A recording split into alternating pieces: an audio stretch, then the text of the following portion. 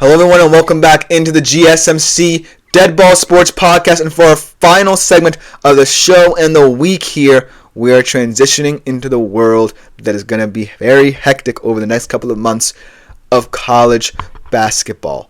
We are finally in the thick of getting into the March Madness mood. We are a month or so away from a lot of college basketball talk, but I want to preview it all by looking at the latest power ranking / AP poll of this season. A lot of impressive teams to talk about, a lot of national title contenders, but also a very exciting win and award race between the top two teams and their respective standout stars. So without further ado, let's jump right into an AP poll analysis unlike any other.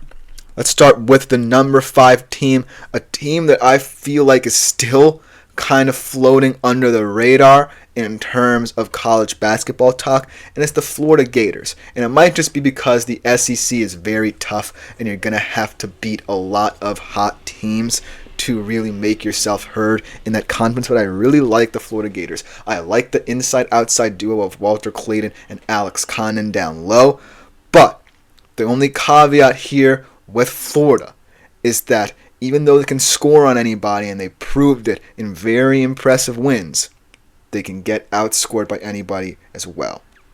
And here's what it all comes down to. The past couple of weeks, they had 2 losses. One was to Kentucky, which makes a lot of sense because Kentucky's a very elite team as well. I know how capable they are of getting hot. They gave up 106 points in that loss at a clip of 1.48 points per possession. And then against Missouri, they gave up 83 points on 1.21 points per possession. And coming up next, they have 2 very tough games in the conference. Tomorrow night against the Tennessee Volunteers on the road at a raucous arena there, and then versus a red-hot Vanderbilt Commodore team who no one saw coming in the SEC.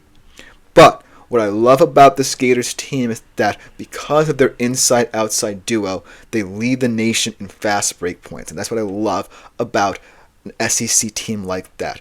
A team that can get out in transition and score points in bunches. I feel like that's what Florida needs to hone into. That's going to be their identity that can make them a true contender once the tournament starts. So, I do feel like Florida over the coming weeks are going to be heavily tested, and it's all going to depend on whether or not they can outscore whatever they give up on defense, because the defense is the big question, but I'm really excited about what they can do offensively when everything is clicking. But then let's go to the number 4 team, the Alabama Crimson Tide, and I like this team as well. Another classic fast break, high intensity basketball team in the SEC, very well coached by Nate Oates. And I know a lot of people think that this team runs through Mr. Mark Sears, the primary shot creator, primary ball handler for this Alabama Crimson Tide team. But I do think that one transfer can really change everything for the Alabama Crimson Tide come March Madness. And that is Chris Youngblood out of South Florida, who is the Player of the Year in the AAC. I feel like Chris Youngblood can transform this roster, give him a different look off the bench, because that's how he's utilized. But in the past 2 games, Nate Oates has utilized him as a starter, and he's totaled 36 points and 7 rebounds in both games. And he had a good performance Wednesday against MSU to the tune of 23 points, 7 for 10 from 3. That's what Alabama loves to do. They live and die by the 3. If you watched them last year as well as this year, I feel like him stepping up and supplementing what Mark Sears can do at that efficiency from the 3-point line, I really feel like this Alabama team can finally break through, make a Final Four appearance potentially, and really test teams down the road. They have a game versus Georgia coming up tomorrow night, and I feel like that's a very winnable one in the SEC in a conference where you're not going to find many wins to come by very easily. But I do think that when the bench is stepping up for Alabama like it has, when you have Mark Sears playing at a very efficient rate, and when your depth down low is showing up, And that's going to be the big question. Their front court depth down low. Can a guy like Rutgers transfer Clifford Amaroy be the answer? Can Grant Nelson have another fantastic March Madness? I feel like if those questions are answered in the next coming weeks, then we can finally start to see the true Alabama, and a lot of teams are going to have to be scared about them and planning for them come March Madness. But then, at number 3 on the list, let's talk about the impressive Iowa State Cyclones and their rise over the past couple of years. Another incredible coaching job, this one by TJ Otzelberger. Fantastic team. Now offensively, they were known for their defensive prowess, but now they have the offensive firepower to supplement a stellar defense. Obviously, over the past week, had a bizarre loss to Arizona after that miracle buzzer beater by Caleb Love, and then faltering in OT. But ultimately, what I think needs to happen for Iowa State is that they need to believe in certain parts of their offensive game, specifically the three-point shot. In that loss to Arizona that week, they really did not shoot well from three. Only 29.2%. And especially disappointing was Curtis Jones, as one of the vocal leaders of this team, a heartbeat of this team. He really struggled as well. And so I feel like against better teams, you're going to have to be able to keep up with them by shooting the three.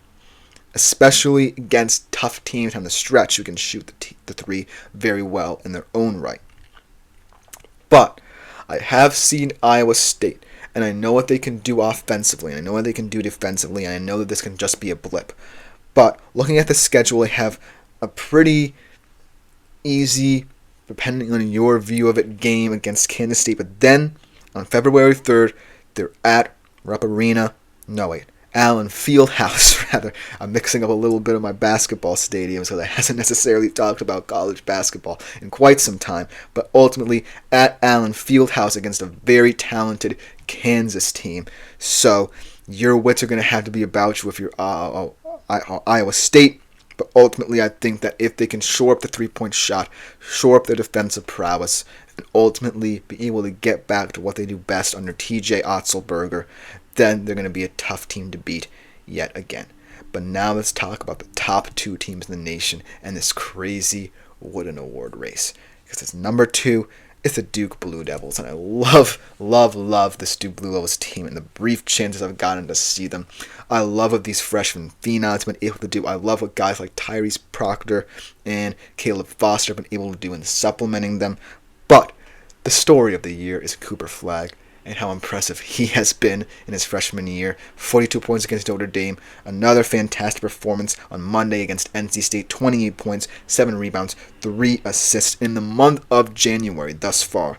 Cooper Flagg has averaged 25.4 points, 7.6 rebounds, and 4.9 assists, and has shot nearly 43% from three-point range. He is on the coattails of a player who we're going to talk about in a couple minutes here.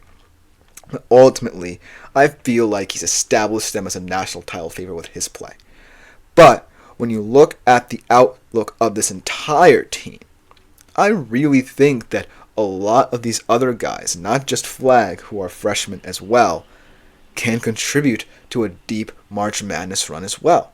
I really think that if Con Kneppel becomes a better two-way player and finds his three-point touch a little bit more efficiently and consistently, then he's going to be a very dangerous player. Mark my words. Already making high IQ plays on both ends of the floor, but if he can really elevate that three-point shot that he's known for, then he can truly become a sneaky dark horse contender to be a breakout star in March Madness. And then Kaman Malwak, not necessarily getting as many minutes as I would like him to as that big man down low, but he can be very effective on both ends of the court as well. Very solid rim protector. Also, we checked it to go in the top 5 in next year's draft. But I really do like how he might profile in the coming months as his minutes get amped up and his usage rate gets amped up. But it's all about the Cooper Flagg show.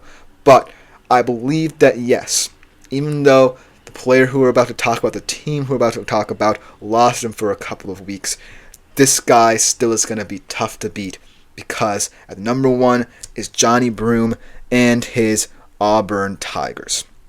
Now, Johnny Broome, yes, he is someone who, because of that injury, is going to have to really prove over the next couple of months that he can't be caught by Cooper Flagg, who already, in many people's minds, has caught him up. But in the past 2 games after his return, he's played 66 minutes thus far, and he's looked like a charm. He looked like he hasn't missed time in the slightest. He had 16 points, 13 rebounds, 4 blocks off the bench against Tennessee, a very tough SEC team on Saturday. 26 points, 20 in the first half, 16 rebounds, 3 blocks in Wednesday's win over LSU. That puts him at 9 20-10 games this season. That's the most in Division I thus far. He also is the first Division I player this year to post multiple games with at least 25 points and 15 rebounds. If you ask me, that's pretty impressive. And what I like about Auburn is that they didn't miss a beat without him. Chaney Johnson aptly filled his shoes as their front court option. Freshman guard Tahad Pettyford, another guy who I'm all too familiar with as he played for Hudson Catholic, one of our rivals at St. Peter's Prep. He really stepped up big off the bench in critical minutes in his absence, but ultimately Broome is back, and he's back to prove a point that he is the best player in college basketball, and no freshman phenom can stop him, and that Auburn is the best team. And thus far, they've done little to disrupt that notion. Although, I'm really excited to see if all 3 of those freshmen from Duke really step up and come together. Cooper Flagg's going to be even more dangerous because Con Kneppel can stretch the floor. Kamon Malwalk is that down low presence, and Cooper Flagg wreaking havoc all over the place as a 2-way star could spell danger for Johnny Broome and Auburn's win award case and title chase, respectively. But it's going to be a very exciting next couple of months in the college basketball. We'll be talking a lot more about college basketball on the show as March Madness imps up. That will just about do it for today's show here on the GSMC Deadball Sports Podcast and the week for that matter.